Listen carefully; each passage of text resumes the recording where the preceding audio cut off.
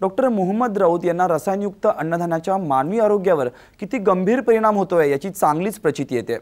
गेल्या 25 वर्षापासून रायगड जिल्ह्यातल्या माणगाव तालुक्यात वैद्यकीय व्यवसाय करताना त्यांनी वेगवेगळ्या आजाराचे रुग्ण हाताळलेत। पण गेल्या दशकभरापासून रसायनमुक्त अन्नामुळे मानवी आरोग्यावर होत असलेले गंभीर परिणाम लक्षात घेऊन त्यांनी आपली आंबा शेती नैसर्गिक पद्धतीने करण्यावर भर दिलाय। डॉक्टर राऊत यांच्याकडे आंब्याच्या 125 झाडांच्या बागा आहेत। या बागेत पिकवलेले थोडे बहुत आंबे विकून उरलेले आपल्या एकत्र कुटुंबियांना खाऊ घालतात। रायगड जिल्ह्यातल्या माणगाव तालुक्यातल्या मोरबे गावात डॉक्टर मोहम्मद राऊत यांची पडीक डोंगराळ शेती होती। यामध्ये 20 वर्षांपूर्वी त्यांनी हापूस आणि पायरी आंब्याची 125 झाडांची लागवड केली। डॉक्टर राऊत यांना रासायनिक खतं आणि कीडनाशकांच्या दुष्परिणामांची माहिती असल्यानं त्यांनी या बागेला खतं आणि कीडनाशकं न वापरता नैसर्गिक पद्धतीनं वाढू दिलंय। रासायनिक खतं आणि कीडनाशकांच्या शेतीतल्या वापरामुळे दूषित झालेल्या अन्नाच्या वारंवार सेवनातून मधुमेहाची जास्त शक्यता असल्याचं डॉक्टर राऊत सांगतात। ऑलरेडी झालेलं आहे। डायबिटीस तर आपण लार्जेस्ट आहोत जगामध्ये, सगळ्यात जास्त पॉप्युलेशन डायबिटीस अफेक्टेड आहेत इंडियामध्ये। हे रासायनिक अन्नधान्य कारणीभूत आहे, किती टक्के कारणीभूत आहे? मला वाटतं त्याचं 50% तरी रिझन असेल हे रासायनिक अन्नधान्य। डॉक्टर मोहम्मद राऊत यांचे वडील परिसरातले मोठे शेतकरी होते। यामुळे डॉक्टरांनी देखील शेती जोपासण्याचा पुरेपूर प्रयत्न केलाय। डॉक्टरांचं संयुक्त कुटुंब असल्यामुळे आंबे विकत आणण्यापेक्षा ते घरीच उत्पादित करण्यावर त्यांचा भर असतो। वडिलोपार्जित ते माळ जमीन होती, तर माझ्या डोक्यात असा विचार आला, 9 एकर जमीन होती। इथे काही म्हणजे पिकत नव्हतं आणि शेतीचं म्हणजे भात शेती लावली तर त्याच्यातून फारसं काही उत्पन्न होत नव्हतं। म्हणून मी असा विचार केला, जर आपण इथे आंब्याची बागायत केली तर त्याच्यातून आपल्याला कमीत कमी फॅमिलीसाठी तरी खायला आंबे भरपूर मिळतील। ह्या विचारातून आम्ही ही झाडं लावली। कधी लावले? जवळजवळ 25 वर्षापूर्वी लावली। शेतात पिकांवर ज्या रासायनिक खतांचा आणि कीडनाशकांचा वापर होतो त्याचे अंश पिकातून माणसाच्या शरीरात जातात।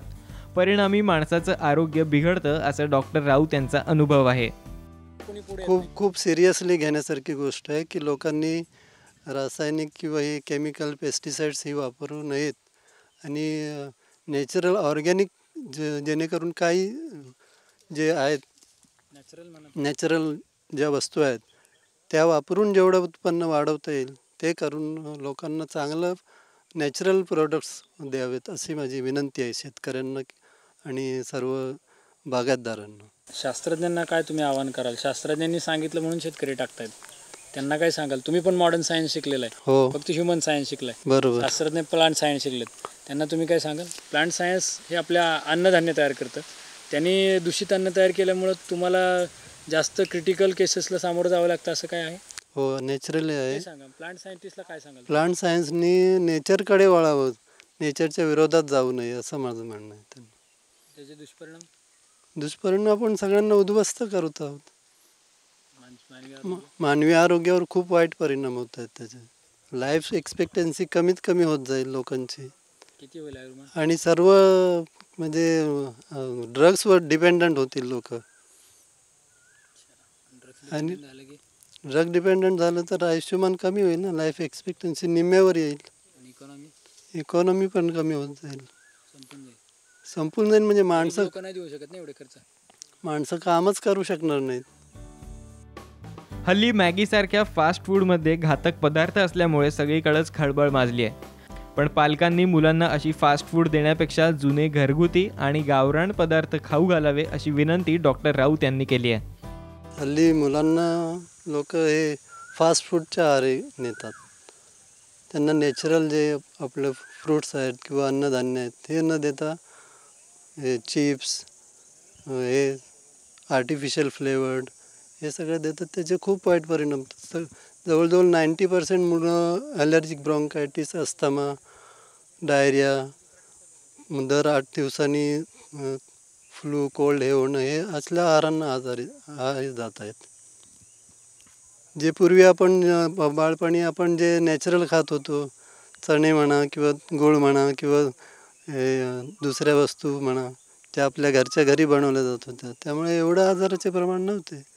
ॲलर्जीचं प्रमाण कमी होतं, अस्थमाचे प्रमाण कमी होते, ते आता खूप वाढत चाललं आहे। म्हणजे त्याचं प्रमाण जे पूर्वी समजा 1-2% होतं ते आता 30-40% पर्यंत झालं. याच्यावर उपाय काय? नॅचरल हे खावं, फूड खावं. फूड खावं. मुलांना सुद्धा सवय लावायची फूड त्याची. आणि नॅचरली ग्रो केलेलं फूड. हां, आणि त्या मुलांना त्याची सवय लावावी.